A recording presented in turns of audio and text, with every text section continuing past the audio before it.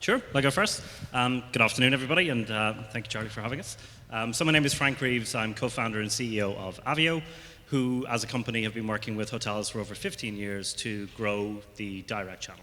So we've been specializing in that and bringing hotels 15 years of best practice through our booking conversion platform. Lennert, Jong, Chief Commercial Officer for CitizenM Hotels. Been that for 10 years since we started. Before that, I worked for a couple of years at Sabre, where I worked with a lot of hotels, being more in your shoes, trying to sell a hotel something. So I'm happy to be here and be allowed still in the country. I didn't have to fill in any landing cards, so. That's good. Good afternoon, everyone.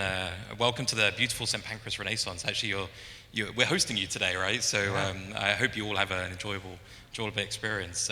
My name is Chris. I work on the Marriott digital team. We're based here in London, and we run an internal agency purely just for Marriott hotels, driving direct bookings. We do some with OTAs as well, but mainly 90% of what we do is to drive direct bookings to Marriott-branded hotels all over Europe. Great, actually, and Chris, I'd love to start with you because we saw earlier in the little film some of the efforts Marriott's been putting into driving direct. So can you talk a little about why now, the efforts Marriott's making and how it's panning out?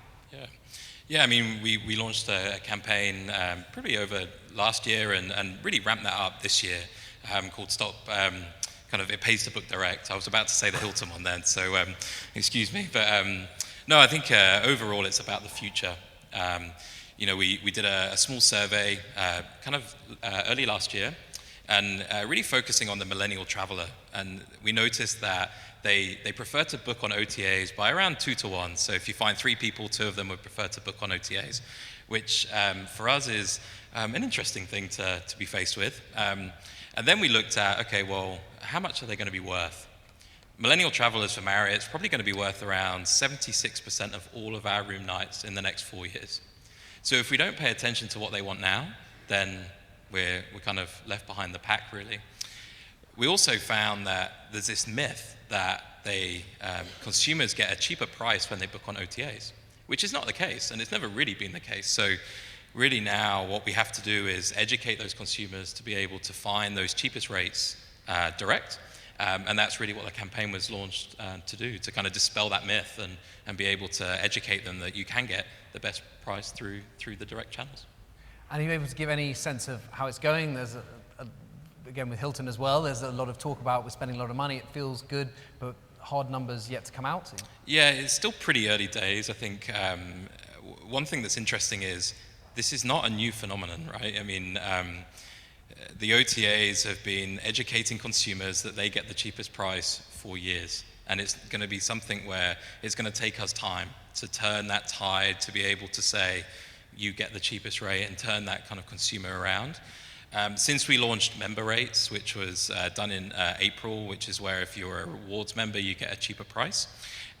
Still early days in terms of whether it's driving incremental new bookings, but what we have noticed is a definite increase in membership enrollments because, making it easier for guests to enroll and then to go in and book.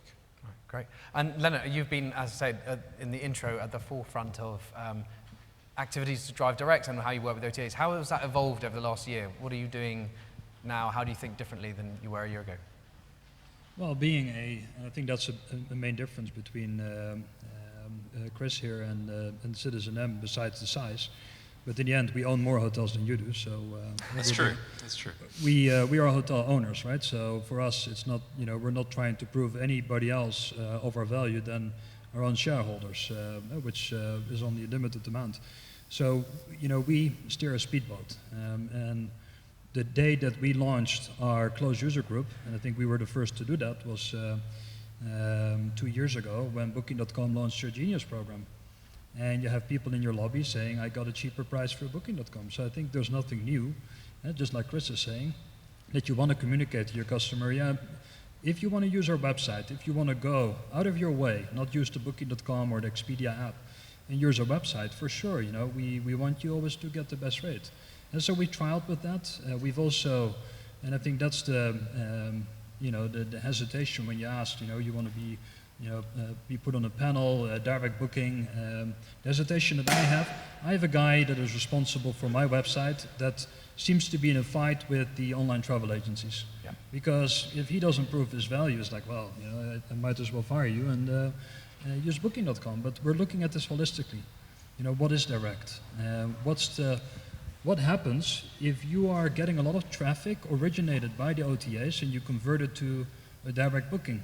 Congratulations today. The P&L will look great this month.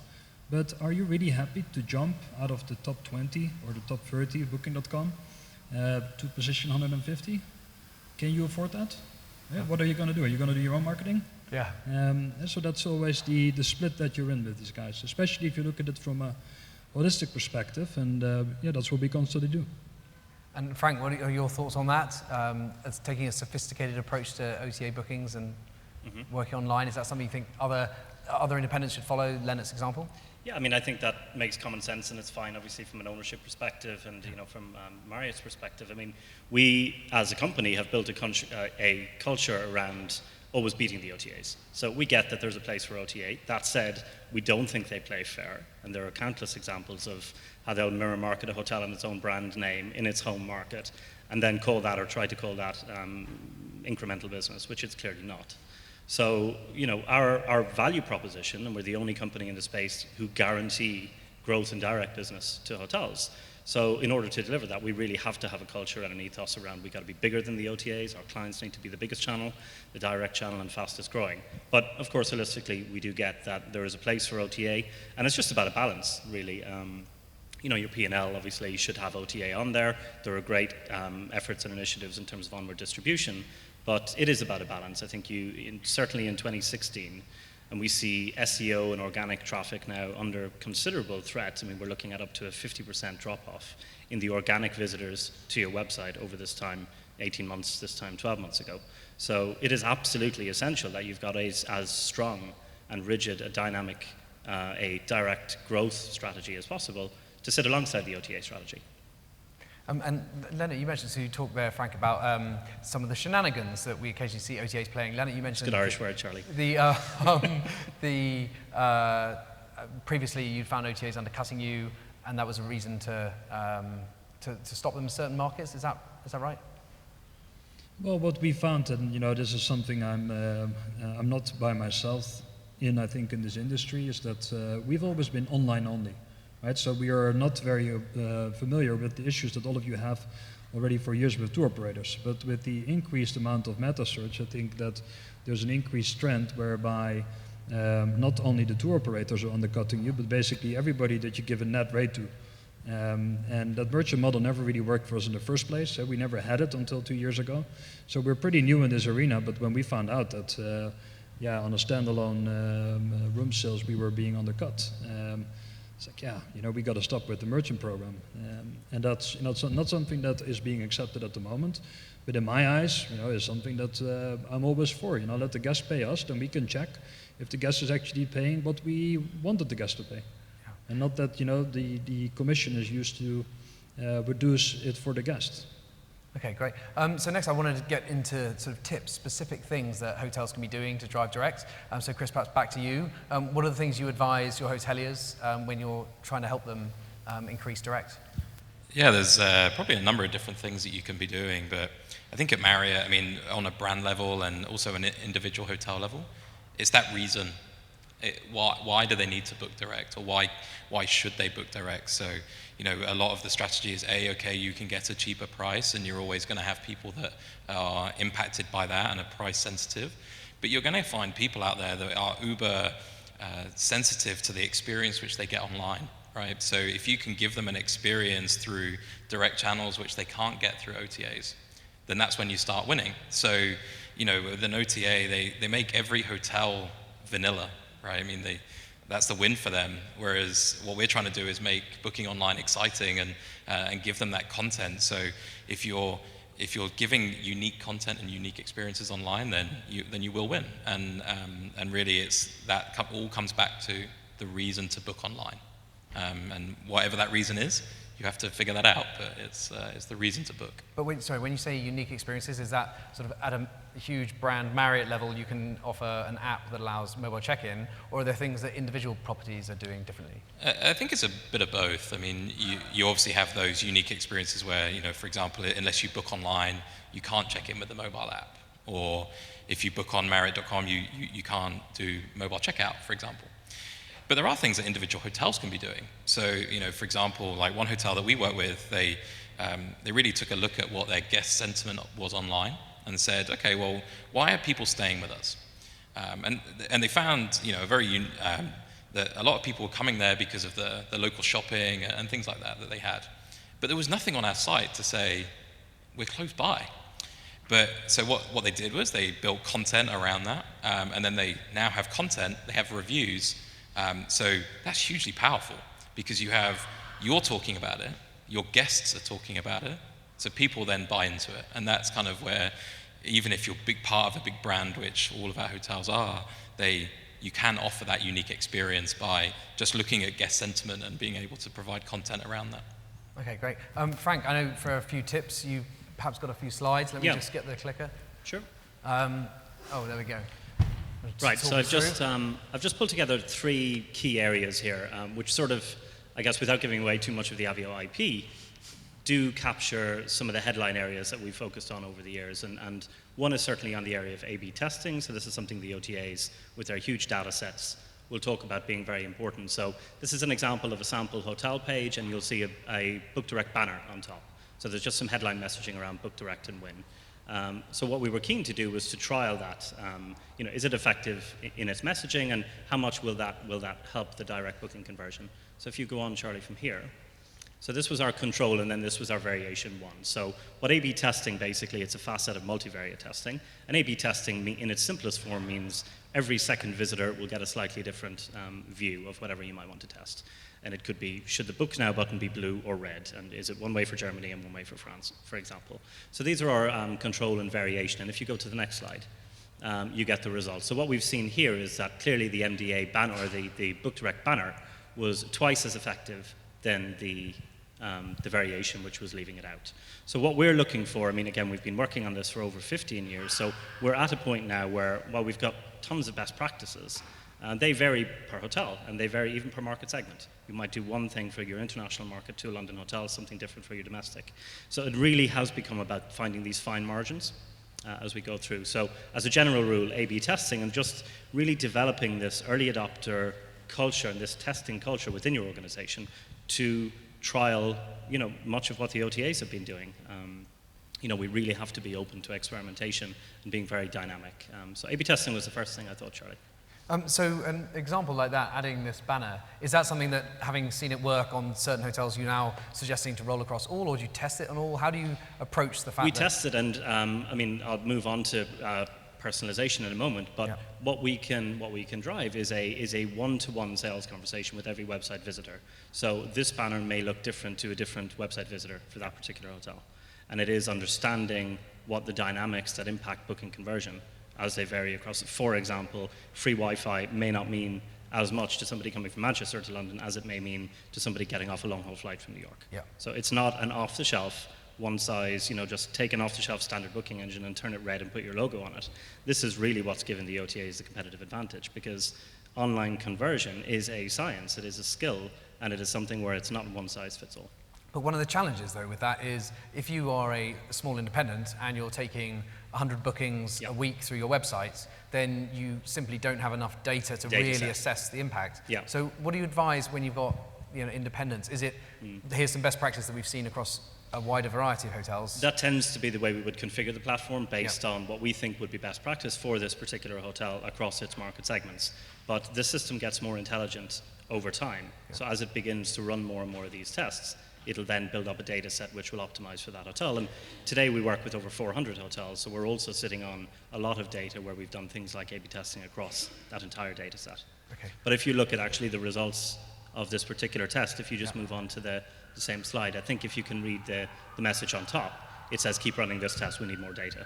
So it is about not making rash decisions and also retesting something that you may have tested 12 months ago.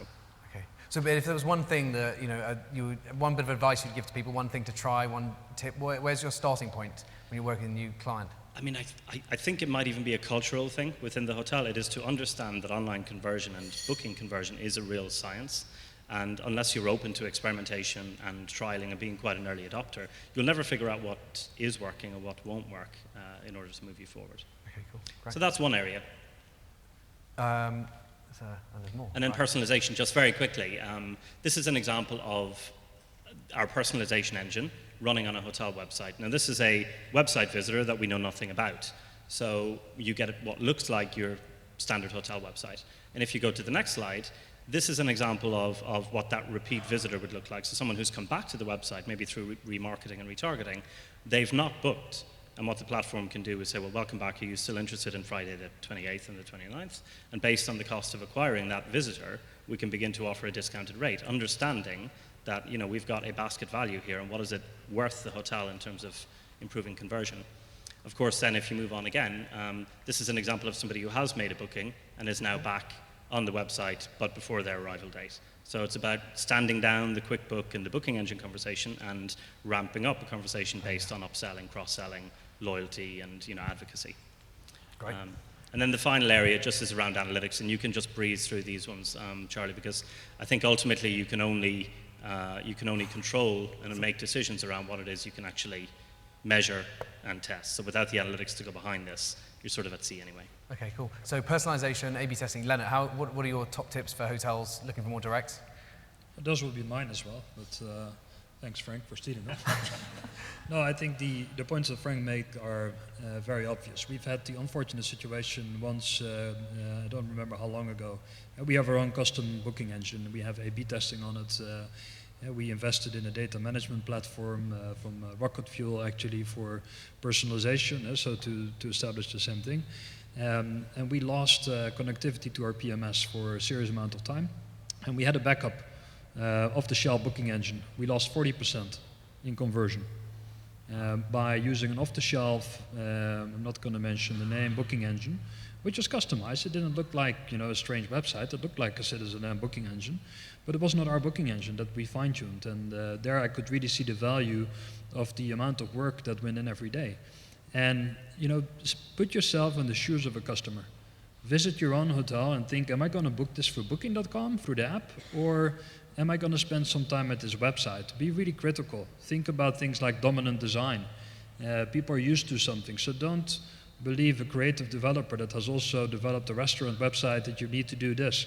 Listen more to people like Frank, who have been doing this for a long time. And be ruthless. So one example, in our systems, I couldn't really find a way to decide which people I was going to ask for a credit card, yes or no. So I removed the whole thing. And that's going to go live this week or next week. The whole credit card page is going to go out of the booking funnel. Why on earth would I bother a user that can book me on booking.com in 2 seconds with a page where he needs to get the wallet out of his pocket and put his credit card in? I've seen it myself as a customer. I moved to a different website because it didn't remember me, or I had to walk, get off the couch and go somewhere to get my credit card. So why on earth are we asking for a credit card in time of conversion? Right. Why not do it afterwards? If the airline would ask me for my passport details when I book an airline ticket, for sure I'm going to go to my favorite, OTA website to book it there. So put yourself in the shoes of the customer and really criticize your own work. And that's what I do every day, and that drives my team nuts. But for sure, it helps conversion. Right. So when will you get the results? When will we know whether taking off the credit card? I can tell you already, because we have there's a simple tool called Hotjar. And it gives you insight. It actually records videos of people doing stuff on your website. You can really see people get stuck, get frustrated because you see their mouse moving. And we have a page, because we cannot just openly ask for credit card details on the website. It's PCI compliant, blah, blah, blah. And so there's an @yen page in between. We see 20% drop-off. So these are people that said confirm. Then we're asking for the details, credit card details. They don't come back. Strange, huh? 20%. You worked really hard to get the traffic. We spent a serious amount of time on display marketing, search engine optimization, search engine marketing, meta search. We get all this traffic, and then we lose 20% because we're so dumb to ask for a credit card before we give them a reservation. let's do that afterwards. That's a hotel operational issue. Okay, great. And Hotjar, is that what you said with your recording? Hotjar. Yeah, I think it's a free tool until you reach like 1,000 sessions or something, and then you pay something. But you can do polls. You can see your conversion funnel. You can really see what page people are dropping off. It's quite an interesting tool. Okay, great. I've got one more question for you, so audience questions, have them at the ready in a moment. After this, we have a Meta panel, some of the Meta providers talking about their way of helping hotels drive direct. So just to get a quick sense from you guys, when you're thinking about Meta and its role in helping drive direct, how do you approach it? Which Meta search do you work with, prioritize? How do you think about it? I think with Marriott, we've been kind of late to the game with Meta, I would say. We have a team now that kind of manage that on our behalf, but we see the opportunity there to be able to compete with various different OTAs in terms of paid search specifically. Although we don't allow within our contracts within OTAs to kind of buy our brand name and things like that, sometimes that comes up, but not too frequently. But the play with Meta is really allowing a greater visibility for our hotels through it. So we just actually built an in-house platform to allow hotels, if they wish to increase their visibility through Meta. Obviously, we have corporate agreements with them where we're spending a certain amount of money. But if hotels want to top that up and get more visibility, they can, which is working pretty well. But we're really only working with a couple of Meta engines right now. But I'm sure that will grow as more websites become Meta engines and develop. Cool. Any other Meta views? Well, we're using most of them, but I say that very often. There's no such a thing as free lunch. And what is direct? Is that the booking through meta search? Yeah, maybe if it's a click, it transacts on your booking engine, but now you pay a percentage, and then what? Is it an OTA? And I find that in Meta we've been obviously with our brand name, it's a bit difficult, and we've also heard from the meta search companies that they need to find a new bracket to price the amount of interest on our meta search, and it's kind of strange that we only have 2 distribution contracts, but all of the brothers and sisters show up on meta search. And so you have a deal with Expedia, but Orbitz and Venere and Last Minute and all the companies they acquired, all of a sudden they start bidding on your listing on Meta, and the same a little bit with Booking.com. But it's not. First of all, it's not key yet for us, so it's not the main driver of business. Second of all, it's very expensive, and a lot of times when we do on a per click basis with the popularity of the other players on our name, we find that it's actually easier to have it transact through Booking.com or Expedia than to take the business direct, because it's so expensive. Okay, great. Anything to add? We're getting Meta, so we're focused more on the kind of top 4 of Meta really, which is TripAdvisor, Trivago, Google Hotel Price Ads, and Kayak. There's quite a wide variation in terms of the overall sort of net commission rate, cost of acquisition, if you like, through those from 7.6 to 11.4, and then different volumes across each one. I don't think I should name names necessarily. Who's the best, though? Which is the one which is giving you the lowest cost of acquisition? For the hoteliers in here, can you say? So lowest cost of acquisition, Google Hotel Price Ads. Right. Yeah, not necessarily the biggest market share yet. Yep. But on average, we're converting meta search bookings in the region of 9%.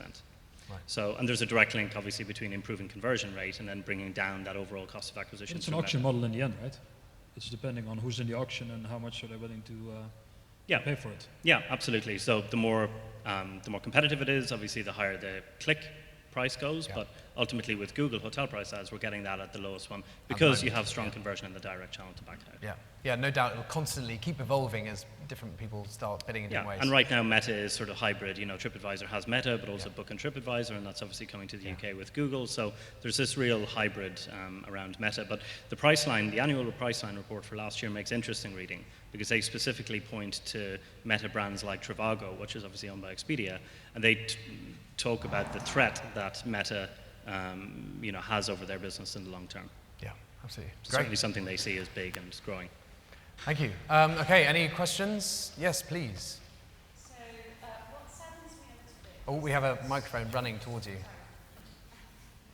like to introduce myself first. So, I'm Kate Noel, I work for Marriott, so directors of the things I do. But in terms of what saddens me to what I heard from the panel is that none of you have actually spoken about innovation And my question to you is more, what part as innovation into your direct booking strategy?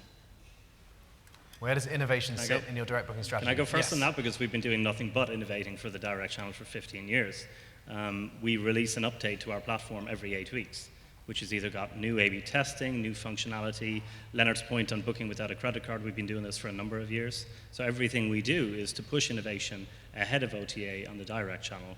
And my point back earlier in terms of recommendation and advice to hotels is, unless you've got this testing culture and you're brave enough to try new things and look at the data and then follow what the data is saying, and you're using technology that is evolving and staying ahead of such a dynamic landscape, you're kind of lost. The gap between whether hotels can compete in the new digital landscape as the cost of traffic goes up and those who can't, I think is just going to get wider. Do you have any other specific innovation things that you think are great I think out to there? me, kind of talking about A/B as an innovation, it was an innovation 20 years ago, probably not an innovation right now. So I'm more thinking about how do you manage new customer behavior? How do you manage the entrance of disruptor into the market? How do you stay ahead of competition by investing early into new channels, as an example? So I think the three of you are saying that you're just starting to test Meta. Meta's been up for probably 10 years now. So it's kind of how do you stay ahead? How do you look into innovation? How do you nearly come up to the market with your own innovation rather than just being a few years behind? I think with digital overall, with direct bookings, I don't think it's an unknown phenomenon that direct marketing is behind the OTAs, right? So we have a team, I don't know how many hundreds of people in corporate, and most of those people have come from OTAs, and they turn up at the door and they're saying, you don't do A/B testing, or you don't do this, and that's really where we have to catch up with them, right? Within Marriott, I think similar to CitizenM and a lot of other companies, I think our number one focus is making it easy for customers to book online. So we have this big power struggle within our organization of what operational needs and what digital needs to convert the booking. So for example, you were saying about credit cards, that's a really interesting one because we have operations saying, no, we need that information, like keep it there. And we were basically asking for people's inside leg measurement to book a room. We were asking everything. And that doesn't just go for rooms, it goes for meeting RFPs, everything like that. And we have to make it easier. But with an organization the size of what we have is sometimes you have that struggle between operations and digital, and you have to find that balance between it. But we're not ashamed to say that we have to catch up with the OTAs, and that's why you're all sat in here today, right? But are we therefore, as, to your question, slightly as an industry unlikely to ever catch up because we're not aiming to go faster, further, beyond, and it's just this constant sense of, well, we'll go a bit slower, we'll just follow and follow and follow? Yes, I think we will catch up. The biggest thing which the OTAs are trying to do now is get into the guest stay, right? So if you look at Expedia, they want to put iBeacons in every hotel. You have Booking.com that are building websites for people or giving PMS systems. You give up that, you may as well pack your bag and go, because that is the bit that you can protect. And that bit you own, right? You own the guest stay. And if you give that data to an OTA, then goodbye. But, that I think we will catch up because we own that stay. Yeah, okay. Thank you. Thank you. Thanks for the questions. Good one. Yes, Kevin. Hi, Kevin May, journalist with tnews.com. Frank mentioned it a little while ago, instant booking or MetaBook. In particular, Chris, in your tips you said it's a good idea to give a better experience on branded.com, on your own website. But what's your point of view then on instant booking? If the booking's being made on the Meta search engine, how do you then give them a better experience? I think it's more about, obviously, you're going to transact customers today, and even if you push people to book direct, you're still going to transact people on OTAs. You're still going to get people through Meta. You're still going to get people through instant booking. Marriott signed an agreement for instant booking probably, I think, the middle of last year, and have been working with them, and then other OTAs have come along and then started working with them as well. But I think it's another piece of the puzzle, right? And you have to manage that and work with it. But if you've worked hard to get that customer to your site, then give them an experience which they're not able to get anywhere else, whether that's through content or personalization or whatever it might be. But you have to give them that experience to they're not going to get anywhere else. Okay, great. Thank you. I think, unless we have any others, we have time for one more question. I'm being told no, but we will. Far away. Is it okay? Yeah, okay. Mike Martin, Trust You. Just a quick question. As most of the travelers are starting their search on Google, what's the impact of Google for the direct booking channels? Is there, in your opinion, what's Google playing in that part? Because, as I said, everybody's 95% start their search on Google. What do you think about that? Well, in my eyes, Google's not doing a great job. It's not doing a huge favor by, first of all, pricing all the traffic that we used to get for free. The SEO traffic also that Frank referred to. They're putting competition on it, so you work hard to get the keyword up. And in fact, we have 65 contributors that write stuff for CitizenM, unpaid in different cities, that all rank us very high, and then all of a sudden when Google finds out, oh, this is a hotel, I can put Booking.com and Expedia there, and then they're allowed into the game. And they're doing that to combat actually the crappy user experience that they've given to people looking on Google, because they're trying to prevent from becoming an OTA. If you look at Google Trends and if you look at the amount of searches that people do for Hotels London, it's going down already for years. Because you do it once, you do it twice, if you end up with the same website the whole time, why would you go back to it? So I think Google, don't rule them out at all. I think if you complain to any OTA, the first thing they do is they complain about Google and TripAdvisor because they sit on the traffic.